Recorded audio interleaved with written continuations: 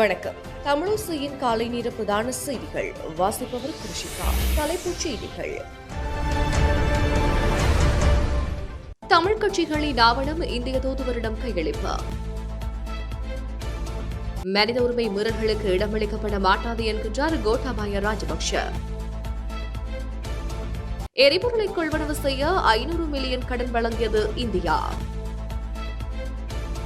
முல்லைத்தீவு சிறுமி மரணம் 5 பேரின் விளக்கமறியல் நீடிப்பு.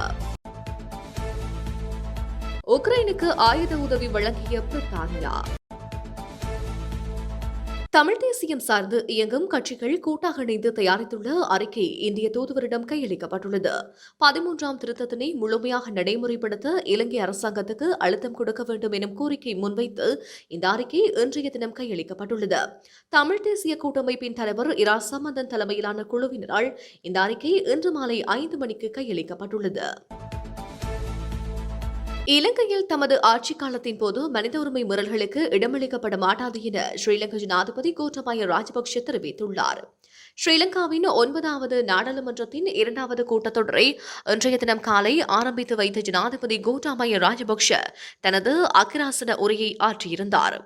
நாடாளுமன்ற கட்டட தொகுதிக்கு வருகை தந்த ஸ்ரீலங்கா ஜனாதிபதி கோட்டாபாய ராஜபக்ஷவை சபாநாயகர் மஹிந்த யாப்பா அபிவர்த்தன மற்றும் பொதுச் செயலாளர் தம்மிக்க தசநாயக்க ஆகியோர் வரவேற்றனர். சம்பிரதாயமாக முன்னெடுக்கப்படும் செயல்பாடுகளுக்கு மாத்திரம் முன்னுரிமை அளித்து நாடாளுமன்றத்தின் புதிய கூட்டத்தொடர் ஆரம்பிக்கப்பட்டதோடு மரியாதை அணிவகுப்புகள், வாகன மற்றும் குதிரைப்படை தொடரணிகள் எவையும் அதில் உள்ளடக்கப்படவில்லை. பிரதான நுழைவாயிலுக்கு அருகில் வந்த ஜனாதிபதியை பாடசாலை மாணவிகள் வரவேற்றனர்.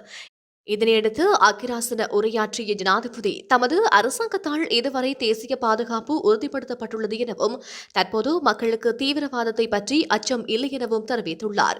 காணாமல் போனோர் விடயம் ஒரு பிரிவினருக்கான பிரச்சினை அல்ல என குறிப்பிட்ட ஜனாதிபதி அது தொடர்பில் உரிய நடவடிக்கை எடுக்கப்படும் என்றும் உறுதியளித்துள்ளார்.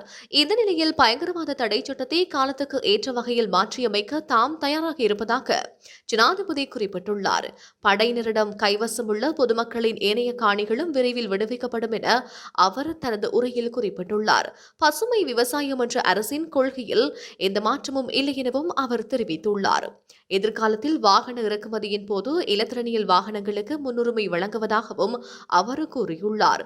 அரசு சார்பற்ற பல்கலைக்கழகங்களை அமைப்பது தொடர்பில் ஆராயுமாறு ஜனாதிபதி நாடாளுமன்ற உறுப்பினர்களிடம் கோரிக்கை விடுத்தார்.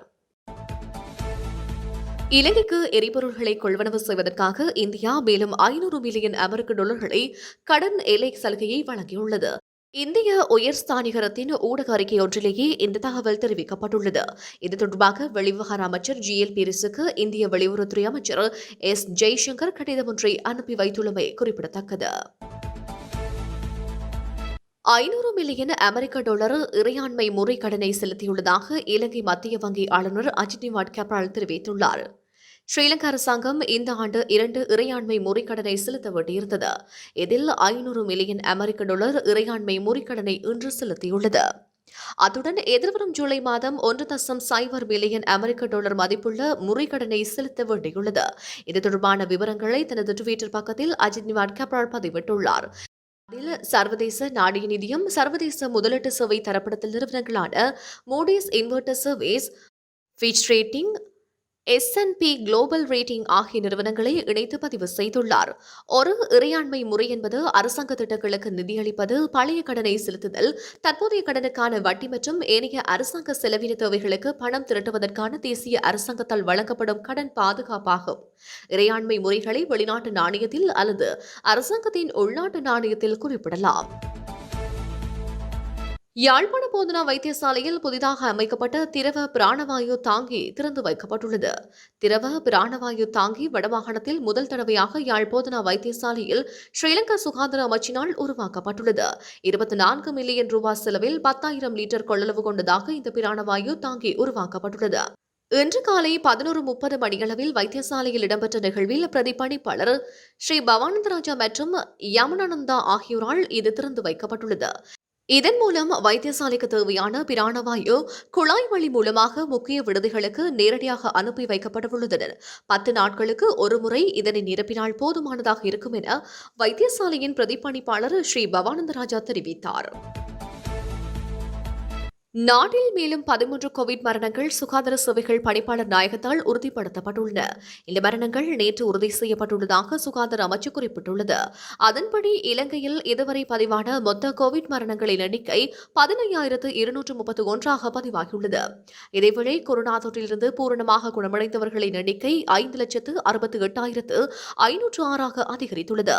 மேலும் நாட்டில் கொரோனா தொற்றுக்குள்ளானவர்களின் எண்ணிக்கை 5,96,347 அதிகரித்துள்ளமை குறிப்பிடத்தக்கது. முல்லைத்தீவு மாவட்டத்தின் மோங்கிலாறு கிராமத்தைச் சேர்ந்த 13 வயது சிறுமி மரணம் தொடர்பில் கைது செய்யப்பட்ட விளக்கமறியலில் வைக்கப்பட்டிருந்த 5 பேரினதும் விளக்கமறியல் எதிர்வரும் 1ஆம் தேதி வரை நீடிக்கப்பட்டுள்ளது. இவர்களுக்கு இன்று வரை விளக்கமறியல் உத்தரவு பிறப்பிக்கப்பட்டிருந்த நிலையில் இன்று குறித்த வழக்கு முல்லைத்தீவு நீதவான் நீதிமன்றில் நீதிபதி டி சரவணராஜா முன்னிலையில் விசாரணைக்கு எடுத்துக் கொள்ளப்பட்டது. இதன்போது குறித்த 5 பேரினதும் விளக்கமறியல் எதிர்வரும் 1/2/2022 வரை நீடித்து அன்றைய தினத்துக்கு வழக்கு தவணையிடப்பட்டுள்ளது. கடந்த மாதம் 13ஆம் தேதி முதல் காணாமற் போயிருந்த சிறுமி கொலை செய்யப்பட்ட நிலையில் சடலமாக அவரது வீட்டிலிருந்து சுமார் 400 மீட்டர் தொலைவில் மீட்கப்பட்டிருந்தமை குறிப்பிடத்தக்கது. இந்திய குடியரசு தின விழாவில் பங்கேற்கும் அலங்கார ஊர்தி அணிவகுப்பை வல்லுநர் குழுவை தெரிவு செய்வதாக மத்திய அமைச்சர் ராஜ்நாத் சிங் தெரிவித்துள்ளார். இந்திய குடியரசு தின விழாவை முன்னிட்டு தலைநகர் டெல்லியில் நடைபெறும் அணிவகுப்பில் தமிழக ஊர்திக்கு அனுமதி மறுக்கப்பட்டுள்ளது. தமிழக ஊர்திக்கு அனுமதி மறுக்கப்பட்டதற்கு பல்வேறு தரப்பினரும் கண்டனம் தெரிவித்த நிலையில் தமிழக ஊர்தி இடம்பெறுவதை உறுதி செய்ய வேண்டும் என்று முதல்வர் மு.க.ஸ்டாலின் கேட்டுக் கொண்டுள்ளார். எந்தெந்த மாநிலங்களின் ஊர்திகள் பங்கேற்க வேண்டும் என்பதை மத்திய அரசு முடிவு செய்வதில்லை, நிபுணர் குழுதான் முடிவு செய்தது என்று மத்திய அரசு தெரிவித்தது. எனினும் இந்த விவகாரம் தொடர்பாக தமிழக தலைவர்கள் தொடர்ந்தும் குரல் கொடுத்து வந்தனர். ஆனால் அலங்கார ஊர்தி தொடர்பான கோரிக்கையை மத்திய அரசு மறுபரிசீலனை செய்யாது என்று பாதுகாப்பு அமைச்சக மூத்த அதிகாரிகள் கூறினர். இந்த நிலையில் டெல்லி குடியரசு தின அலங்கார ஊர்தி அணிவகுப்பில் தமிழகம் இடம்பெறாது குறித்து மத்திய பாதுகாப்புத்துறை அமைச்சர் ராஜ்நாத் சிங் விளக்கம் அளித்துள்ளார். அதில் தமிழ்நாடு உள்ளிட்ட 29 மாநிலங்களிடமிருந்து ஊர்திக்கான பரிந்துரைகள் முன்வைக்கப்பட்டன. தமிழ்நாட்டின் அலங்கார ஊர்தி முதல் 3 சுற்று வரை தகுதி பெற்றது. ஆனால் இறுதியான 12 அலங்கார ஊர்திகளில் தமிழகம் தேர்வு செய்யப்படவில்லை. தமிழகத்தின் அலங்கார ஊர்தி 2017, 2019, 2020, 2021 ஆகிய ஆண்டுகளில் இடம்பெற்றிருந்தன. வல்லுநர் குழுதான் அலங்கார ஊர்தி அணிவகுப்பை தேர்வு செய்கிறது என தமிழக முதலமைச்சர் ஸ்டாலினுக்கு ராஜ்நாத் சிங் எழுதிய கடிதத்தில் குறிப்பிட்டுள்ளார். ரஷ்யா மற்றும் உக்ரைனுக்கு இடையிலான மோதல் வலுத்து வரும் நிலையில் உக்ரைனுக்கு ஆயுதங்களை வழங்கவுள்ளதாக பிரித்தானியா அறிவித்துள்ளது. ரஷ்யா தனது எல்லையில் 1,00,000 படையினரை நிலைநிறுத்தியுள்ளது. இதனையடுத்து உக்ரைனுக்கு குறுகிய தூர ஏவுகணையை வழங்கவுள்ளதாக பிரித்தானிய பாதுகாப்பு செயலாளர் கூறினார். உக்ரைன் படையினருக்கு பயிற்சி அளிக்க பிரித்தானிய படையினர் சிலர் அனுப்பி வைக்கப்படவுள்ளதாகவும் கூறப்பட்டுள்ளது. இத்துடன் தமிழோசையின் காலை நேர செய்திகள் நிறைவு பெற்றன. உடனுக்குடன் செய்திகளை அறிந்து கொள்ள www.tamilosai.lk என்ற இணையதளமூடாக பிரவேசியுங்கள். வணக்கம்.